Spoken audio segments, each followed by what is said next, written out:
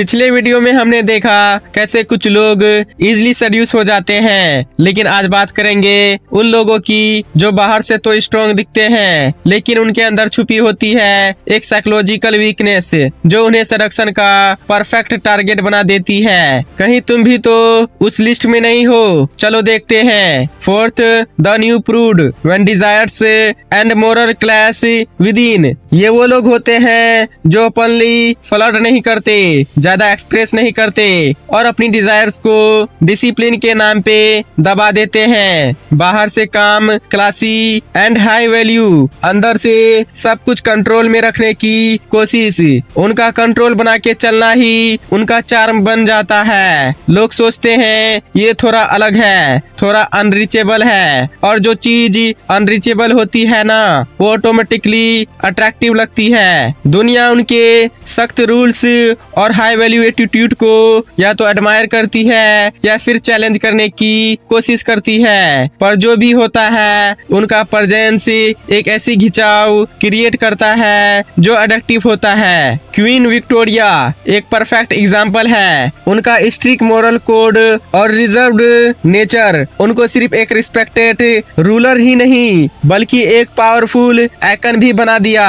लोग उनकी शांत कॉन्फिडेंस और कंट्रोल बिहेवियर से ऑब्सेस्ड हो गए और उनका ये कंट्रोल बिहेवियर ही उनका चार्म बन गया। न्यू प्रूड का रियल पावर उसके आसानी से ना मिलने में होता है। जब कुछ चीजें अनअवेलेबल होती है तो लोग उसको पाने के लिए और ज्यादा कोशिश करते हैं। ऑड्रे हेपबर्न हॉलीवुड की दुनिया में जहां ग्लैमर और सेडक्शन ओपनली फ्लॉन्ट होती थी, ऑड्रे हेपबर्न का चार्म उसकी एलिगेंस और शांत कॉन्फिडेंस में था। उसकी ग्रेस और मिस्ट्री ने उसको सिर्फ ब्यूटीफुल नहीं बल्कि एक टाइमलेस आइकन बना दिया।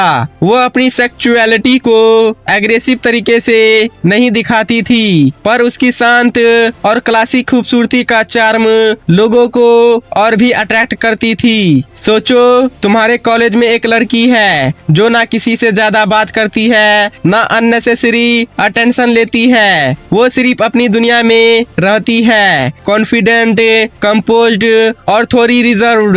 लोग उसके बारे में और ज्यादा जानना चाहते हैं, उसका अप्रूवल लेना चाहते हैं। यही द न्यू प्रूड का गेम है। वो अपनी मिस्ट्री और डिसिप्लिन से लोगों को अपने तरफ खींच लेता है। ध्यान दो बॉस, सेडक्शन सिर्फ जबरदस्ती के चार्म से नहीं होती। कभी कभी शांत कॉन्फिडेंस और थोड़ा अनअवेलेबिलिटी भी लोगों को दीवाना बना देती है। पर जब तुम अपनी इमोशंस को कंट्रोल करते करते एक खुद के अराउंड दीवार बना जाते हो तो कभी कभी तुम वो रियल कनेक्शन लूज कर देते हो जो जिंदगी में सबसे इम्पोर्टेंट होते हैं। Fifth, the crushed star when fame becomes a lost dream. ये वो लोग होते हैं जो कभी एक स्पॉटलाइट में था, लोग उसको एडमायर करते थे, उसका नाम एक लेजेंड की तरह लिया जाता था, पर धीरे धीरे या तो टाइम ने या किसी एक इंसिडेंट ने उसकी वो चमक छीन ली। अब वो वही स्टार है पर उसका ग्लो खत्म हो चुका है। उसके अंदर एक भूख है वापस अपनी पहचान बनाने की, पर हर कोशिश के बाद भी वो सिर्फ एक भूली बिसरी याद बनकर रह जाता है। उनका सबसे बड़ा एडिक्शन होता है वैलिडेशन, और जो बंदा अपनी पहचान तालियों से बनाता है वो पहले शिकार बनता है। माइकल जैक्सन एक टाइम का म्यूजिक का गॉड, जिसका एक गाना आता तो दुनिया पागल हो जाती, पर कंट्रोवर्सीज, सर्जरीज और पर्सनल स्ट्रगल्स ने उसको एक ऐसी कहानी बना दिया जो लोग सिंपैथी के साथ याद करने लगे। उसका टैलेंट अब भी था पर दुनिया ने उसकी ऑरा को धीरे धीरे खत्म कर दिया।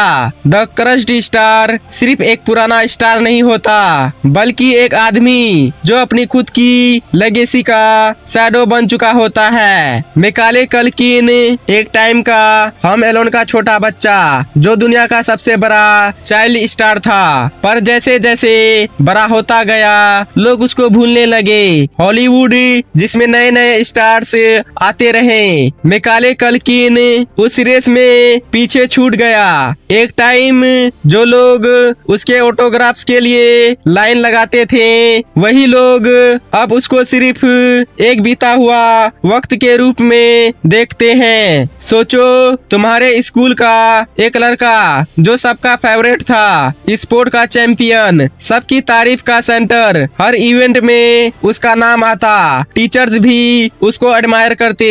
पर स्कूल खत्म होने के बाद जिंदगी ने उसको अलग डायरेक्शन में डाल दिया। जो लड़का एक टाइम हीरो था, आज सिर्फ एक नॉर्मल आदमी बन के रह गया है। अब जब लोग उसको देखते हैं तो एक लाइन कह देते हैं, अरे ये तो वही है ना जो एक टाइम पर बहुत पॉपुलर था। ध्यान दो बॉस, फेम सिर्फ एक मोमेंट होती है जो हमेशा के लिए नहीं रहती। जो लोग अपनी आइडेंटिटी सिर्फ अपनी पॉपुलैरिटी पे बेस करते हैं, एक दिन उन्हें समझ आता है कि दुनिया आगे बढ़ चुकी है, पर वो वहीं अटके हुए हैं। द क्रश्ड स्टार का स्ट्रगल ये नहीं होता कि वो फेमस कैसे बने, बल्कि वो एक्सेप्ट कैसे करे कि जो एक टाइम था वो लौट कर नहीं आएगा। Sixth, the novice when love and seduction feel like a adventure. ये वो लोग होते हैं जो एक नई दुनिया में इंटर कर रहा होता है, चाहे वो करियर हो, रिलेशनशिप हो या लाइफ का कोई नया फेज। उसके अंदर एक क्यूरियोसिटी होती है, एक सीखने की भूख होती है, पर साथ ही उसके अंदर एक हेजिटेशन भी होती है, कहीं गलती ना हो जाए, कहीं लोग उसे सीरियसली ना ले। द नोविज का सबसे बड़ा स्ट्रगल होता है अपनी जगह बनाना, बिना अपनी ऑथेंटिसिटी खोए। सीखना स्ट्रेंथ है, पर बिना स्टैंडर्ड्स के सीखना सबसे बड़ी कमजोरी। हैरी जब पहली बार हॉगवर्ट्स आता है तो वो एक फ्रेशर होता है, उसको मैजिक की दुनिया का कुछ नहीं पता, पर उसके अंदर एक भूख होती है सब सीखने की। वो नए रूल्स, नए लोग और नए चैलेंजेस फेस करता है। उसके अंदर एक इनोसेंस होती है जो उसको यूनिक बनाती है, पर धीरे धीरे वो अपनी जगह बनाता है और एक नया कॉन्फिडेंस डेवलप करता है। आज जो एलन मस्क दुनिया का विजनरी है, एक टाइम पर वो भी एक नोविस था। जब उसने स्पेस एक्स शुरू किया तो लोग उस पर हंसते थे, एक टेक गाय रॉकेट्स बनाएगा, पर उसके अंदर एक बचपन जैसा क्यूरियोसिटी था और एक फियरलेस एटीट्यूड था नए चीजों को सीखने का। नोविस होने का एक एडवांटेज होता है कि तुम किसी एक माइंडसेट में फिक्स नहीं होते, तुम नए तरीके सोच सकते हो, नए चीजें ट्राई कर सकते हो। सोचो, तुम्हारा एक दोस्त है जो पहली बार जिम जा रहा है, उसको मशीन्स का यूज नहीं पता, उसको एक्सरसाइज का भी आइडिया नहीं। वो धीरे धीरे सीखता है, दूसरों को ऑब्जर्व करता है, कभी कभी गलतियां भी करता है। पहले दिन उसको एक्वर्ड फील होता है, पर एक महीने बाद वो कॉन्फिडेंट होने लगता है। ध्यान दो बॉस, नोविस होने का सबसे बड़ा बेनिफिट ये है कि तुम्हारे पास नया सोचने की फ्रीडम होती है। हर एक्सपर्ट कभी एक बिगिनर था, फर्क सिर्फ इतना है कि किसी ने अपनी जर्नी छोड़ी नहीं। द नोविस का स्ट्रेंथ उसका नया पर्सपेक्टिव होता है, और जो लोग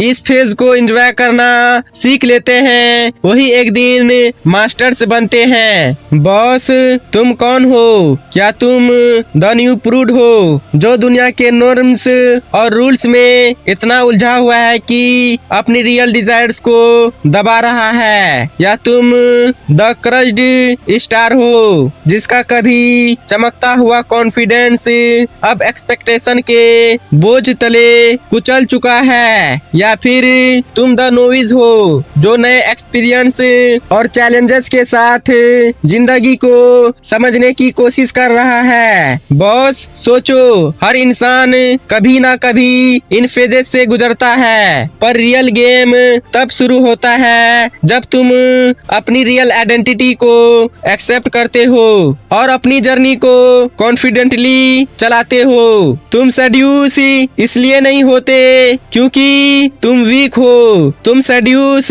इसलिए होते हो कि क्योंकि तुम अपनी वीकनेसेस जानते नहीं। अब हमने 6 विक्टिम्स को समझ लिया है, पर अब बात होगी उन लोगों की जो अपने इमोशंस के कंट्रोल में नहीं होते, उनका सेड्यूस होना तो बस टाइम की बात होती है। अगले वीडियो में मिलते हैं जहां हम एक्सपोज करेंगे नेक्स्ट 3 सेडक्शन विक्टिम्स को। और अगर तुमने फर्स्ट या सेकेंड पार्ट नहीं देखा तो डिस्क्रिप्शन में लिंक दिया गया है, जाके देख लो, क्योंकि ये सीरीज इनकम्प्लीट है बिना उन वीडियोस के।